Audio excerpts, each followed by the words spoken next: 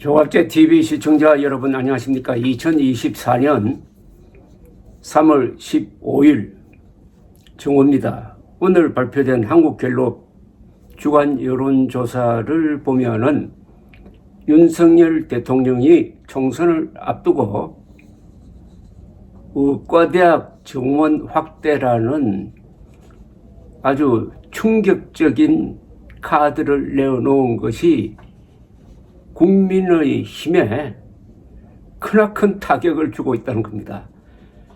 역효과가 되었다는 겁니다. 총선 필승 카드가 아니라 이거 잘못하면은 총선 필패 카드로 갈 수 있다는 것을 시사하는 여론조사 결과입니다. 우선 요약을 하겠습니다.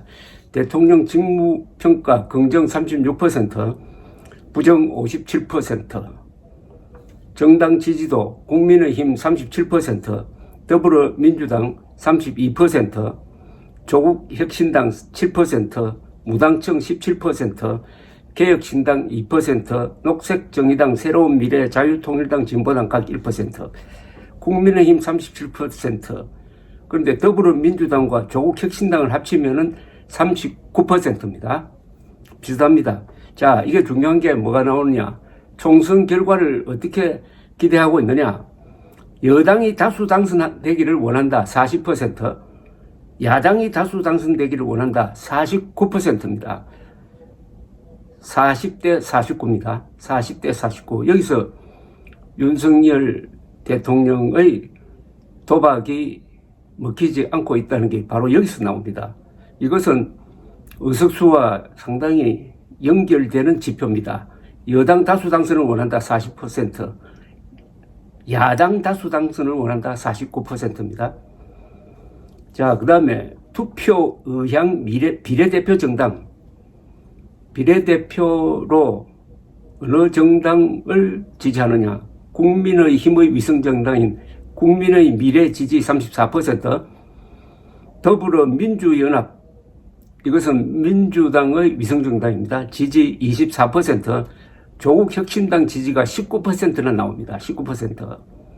개혁신당 지지 4%, 녹색정의당 새로운미래 각 2%, 부동층 14%입니다. 여기서도 국민의힘 위성정당 지지가 34%인데 더불어민주당 위성정당과 조국혁신당을 더하면은 43%가 나옵니다. 국민의 미래 34, 그리고 좌파 정당 합쳐서 43%, 43대 34. 여기서도 국민의힘이 불리해졌습니다. 자, 그 다음에 본격적으로 의과대학 정원 문제를 다뤘습니다. 의과대학 정원을 늘리는 문제, 정부 안대로 추진해야 된다. 47%, 규모, 시기, 조정, 중재안이 마련되어야 한다. 41%, 그리고 정원을 아예 철회해야 된다. 6%입니다. 이렇게 되면은 정부 안대로, 즉 2,000명 정원입니다. 2,000명 정원 그대로 가야 된다. 47%.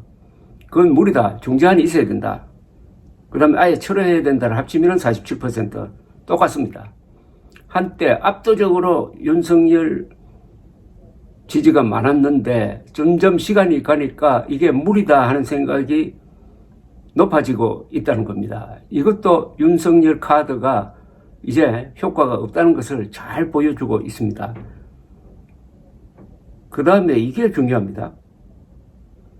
정부의 의사학의 반발과 의료 공백에 대한 대응이 잘하고 있느냐 못하고 있느냐. 잘하고 있다 38%, 잘 못하고 있다 49%입니다. 그러니까 정부 대응이 실패하고 있다는 겁니다. 정부 대응을 보면은 이 정부의 능력을 알 수 있는데 무능하다는 사람들이 더 많다는 이야기죠. 잘하고 있다 38%, 잘못하고 있다 49%. 처음은 호기스럽게 전격적 발표로 국민들의 지지를 받았지만 이게 시간이 가면서 현실에서, 의료계 현실에서 나오고 있는 혼란 상태를 보고 국민들이 걱정을 하기 시작했다는 겁니다. 그래서 이번 일로 아플 때 진료받지 못할까봐 걱정된다. 69%나 됩니다. 그런데 윤석열 긍정평가라는 것은 지금 36%인데 가장 큰 이유는 의과대학 정원 확대입니다. 23%. 그런데 윤석열 부정평가의 네 번째 항목이 또한 의과대학 정원 확대입니다. 7%. 문제는 윤석열 대통령의 전혀 근거도 없는 2,000명 정원안, 그리고 의사가 부족하지도 않는데도 금방 의사 부족 사태가 일어난 것처럼, 말하자면 불이 난 것처럼, 긴급 사태가 벌어진 것처럼 총선을 앞두고 던진 이 카드가 어느 층에 영향을 미쳤느냐 하면은 중도층에 영향을 미친 것이 지금 보입니다. 중도에서 국민의힘 반대론이 강해졌습니다. 이게 윤석열 카드가 지금 빗나가고 있다는 거죠. 중도가 결국 이번 총선을 좌우합니다. 중도에서 정부 견제론이 58%나 됩니다. 정부 지원론은 29%. 중도가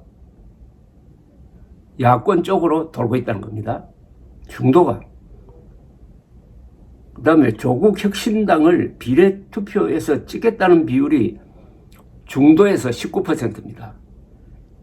중도에서 국민의 미래를, 국민의힘 위성정당을 찍겠다는 사람은 22%입니다. 거의 같습니다. 중도가 가장 과격한, 가장 문제 많은 조국 혁신당을 찍겠다는 쪽으로 19%나 가서 국민의힘 위성정당 지지율과 거의 같아졌다는 겁니다. 중도의 급격한 반윤석열이 지금 일어나고 있습니다.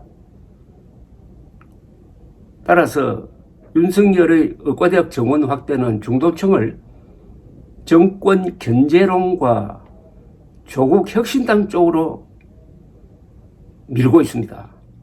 총선 카드로서는 실패했습니다. 이 윤석열이 던진 카드가 일종의 폭탄이 되어버렸습니다. 그 폭탄이 어느 쪽에서 터졌느냐 하면은 국민의힘 쪽에서 터져버렸습니다. 사상자가 국민의힘 쪽에서 정치적 사상자입니다. 많이 생깁니다. 그러다 보니 이게 자폭카드입니다. 잘못하면 자폭카드입니다. 윤석열 대통령이 그 카드를 던지기 전에는 한동훈 국민의힘이 잘 나가고 있을 때입니다. 그런데 그 카드를 던지니까 일시적으로 더 잘 나가서요. 그러다가 다시 가라앉기 시작하면서 동시에 조국 혁신당이 나왔는데, 조국 혁신당이 이렇게 지지율이 강해진 것은 윤석열 대통령이 일종의 도우미 역할을 한 겁니다. 윤석열 대통령의 너무나 독단적인 정책을 보고 반윤석열, 반정치검사 이런 분위기를 타고 합리적인 보수와 합리적인 중도층이